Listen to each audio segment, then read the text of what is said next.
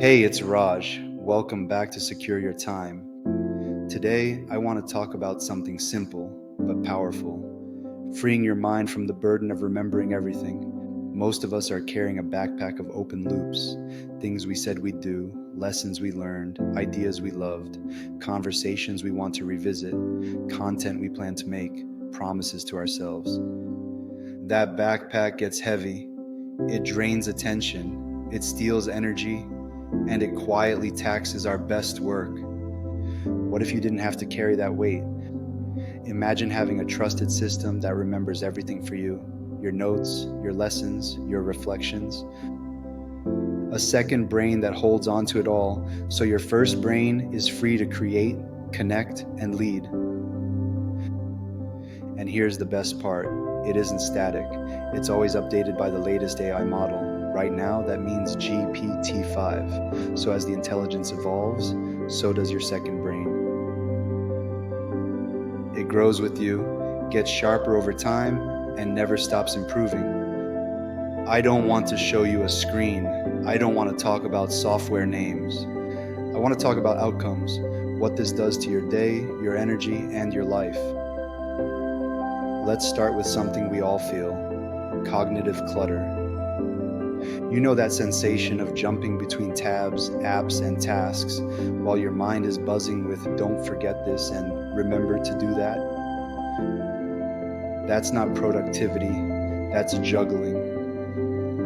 Juggling looks impressive for a minute, but you can't do your deepest work with balls in the air. Deep work, creative work, relational work, those all require presence. And presence shows up when your mind is not hoarding details. A second brain is the opposite of hoarding. It's intentional remembering. You put things where future you can find them. The system captures your thoughts and experiences, organizes them in the background, and, this is key, gives them back to you at the right time, in the right context. Not weeks later when the spark has gone, not never, but exactly when you ask, what should I focus on right now? Or, what did I learn last time I tried this? Here's how that feels in real life. You wake up and ask, what matters most today? Your second brain surfaces yesterday's top 3 priorities, a note from last week reminding you of a commitment you made, and 2 quick wins you can knock out in 10 minutes. No hunting, no scrolling, no spinning up willpower. You start moving. At lunch, you're thinking about content, a video, a post, an email. You ask for ideas. It brings you the hooks you liked, the headlines you drafted, the notes you took from a book you read last month, and 2 quotes you captured in a conversation. Suddenly, the blank page has color and shape. You don't stare, you assemble. In the afternoon, you're preparing for a call. You ask, what do I already know about this person or project? Your second brain brings you a clean snapshot: goals, constraints, last action items, dates, and any promises you made. You show up prepared, present, and trustworthy, not because you're superhuman, but because you have memory that doesn't leak. At night, you reflect. You ask, what did I learn today? You capture 2 lines. Over time, those small lines add up to pattern recognition. Your second brain begins to nudge you. You do your best work between 9 and 11 a.m. You commit to too much on Tuesdays. You're happiest after walks. You over-index on urgent tasks at the expense of important ones. That's not a to-do app. That's a mirror that tells the truth kindly and helps you act on it. This is not about technology for its own sake. It's about energy. Every decision costs energy. Every piece of unfiled information costs energy. Every "where did I put that?" costs energy. When your system remembers for you, you stop leaking energy and start compounding it. You get compounding focus, compounding clarity, compounding creativity. Let's talk benefits in plain language. More energy. You're not carrying thousands of micro reminders in your head. You capture once, retrieve on demand. That's like taking off a weighted vest you forgot you were wearing. More clarity. Your thoughts become searchable. Your experiences become reusable. Your best ideas don't evaporate, they stack. More time. You don't spend 30 minutes looking for the same thing every week. You ask once and it's there. More presence. Because you trust your system, your mind stops rehearsing and rerunning. You're here. You listen better. You create better. You rest better. More momentum. When insight is easy to access, action is easier to start. You don't need motivation to push a heavy flywheel. You just need a nudge to keep it spinning. Now, who is this for?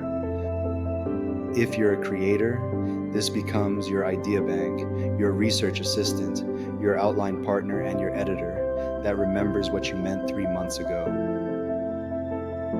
If you're a contractor or business owner, it becomes your project memory, client details, job notes, material choices, timelines, invoices, lessons learned, before and after photos, follow-ups. You're not winging it. You're building a knowledge asset that keeps your quality high and your stress low. If you're a solopreneur, it becomes your operating system. Leads, offers, scripts, objections, promises, testimonials, recurring tasks. You stop reinventing the wheel and start running a reliable machine. If you're focused on personal growth, it becomes your reflection space. Entries, mood, habits, questions, quotes, wins, setbacks. Over time, patterns emerge. You make better choices because you can see yourself clearly. And for everyone, it becomes your context. Not a random dump of files, a living memory, updated by the latest AI model. Again, right now that's GPT-5, that can look across your information and bring back the parts that matter for this task, this conversation, this season. You might be thinking, this sounds great, but I've tried systems before and I stopped using them. I get it. Most systems fail because they demand too much from you. Too much organizing, too much tagging, too much setup. A second brain that actually works feels light. You capture naturally in your own words, and the system does the heavy lifting. It categorizes, connects, and lets you recall without friction. Another objection, I'm worried about privacy. Totally fair. You control what goes in. You control who sees it. You can keep it as private as you want. The point isn't to share your memory with the world, it's to make your memory available to you when you need it, with intelligence that keeps improving. Let's talk about stress for a second. Stress isn't just workload, it's often uncertainty. Not knowing what to do next, not knowing where something is, not knowing if you forgot something important. A second brain collapses that uncertainty. You can always ask, what did I say I'd do next? And get a real answer. That certainty is calming. Calm people make better decisions. And results compound. The first week, it's cool. Oh nice, I found that note fast. The third week, it's valuable. I'm finishing work earlier because I'm not context switching. The third month, it's transformative. I have a library of my best thinking, my best templates, my best moves, and I can deploy them instantly. That's leverage. That's how you buy back time. Here's a powerful way to think about it. Your second brain is an asset that future you inherits. Every day you add a little value. You don't need perfect organization, you need consistent capture and easy retrieval. Speak your thoughts, save your lessons, record your wins, note your mistakes. Your future self will say, thank you for making this easy. I want you to notice something else. A second brain improves your relationships. When you remember people well, their goals, preferences, conversations you've had, you build trust. When you remember your promises, you become reliable. When you remember your gratitude, you become joyful. That's not software, that's character. But software can support character by removing the friction of remembering. It also improves your creativity. Creativity isn't making something from nothing, it's making something from something. If your raw materials are scattered memories and lost notes, your work will feel harder than it has to. If your raw materials are organized, searchable sparks, your work becomes playful. You try combinations, you remix your own ideas, you become more original by being more connected to yourself. Let's get practical for a minute and walk through a week with a second brain. Monday, you ask for a one-page plan for the week. Your second brain combines last week's unfinished actions, this week's deadlines, and your bigger goals. It suggests a focus for each day and gives you the first small step for Monday. Your brain says, I can do that, and you're in motion. Tuesday, you want to write. You ask for 3 hooks based on your recent notes. It surfaces lines you forgot you wrote and connects them to stories you told 2 months ago. You build an outline in 10 minutes because the ideas are ready. Wednesday, you're meeting a client. You ask for the last summary. It brings the notes, decisions, and open questions. You show up prepared. The client feels seen. Work moves faster. Thursday, you're tired. You ask for 2 quick wins aligned with your goals. It proposes them. You do them. Momentum beats motivation. Friday, you reflect. What did I learn this week? It brings your captured notes back to you and helps you write a short summary. It's like a highlight reel for your growth. Weekend, you detach. Your mind trusts that what matters is captured so you can rest without ruminating. Real rest refuels real work. That's the cycle. Ask, act, capture, reflect.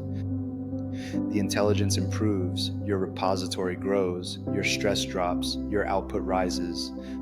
There's also a deeper layer here. If you follow this channel, you know I care about time preference, the discipline of valuing the long term. Bitcoin is one way we secure our future against decay and manipulation. A second brain is another way. You secure your learning against forgetting and noise. Low time preference isn't just about money, it's about attention. It's about doing today what benefits you tomorrow. Capturing your thinking today benefits you for years. So here's my invitation to you. Set down the mental backpack. Stop trying to be your own filing cabinet. Decide that your best ideas deserve a home that's as organized and as intelligent as you want to be. Decide that you'll waste less time hunting and more time building. Decide that your energy belongs on what matters, your craft, your relationships, your health, your freedom. You don't need to become a productivity robot. You don't need 100 rules. You need a trustworthy memory outside your head, guided by the latest AI model. Again, today that's GPT-5, so your knowledge compounds instead of evaporates. On this channel, I'm going to keep exploring how to secure your time through principles, through systems, and through the kinds of tools that give you leverage without stealing your attention. If the idea of a living, evolving second brain resonates with you, stick around. We'll go deeper together. And if you want help building this for your life or your business, reach out. I won't be sharing tool names or step-by-steps in this video. That's not the point today. The point is vision. The point is freedom. The point is buying back your time by freeing your mind. Thanks for being here. Take a breath. Imagine what your days feel like when your memory doesn't leak. Imagine what your work looks like when your ideas don't get lost. Imagine how your relationships feel when you're present. That's the promise of a second brain. Let's secure your time.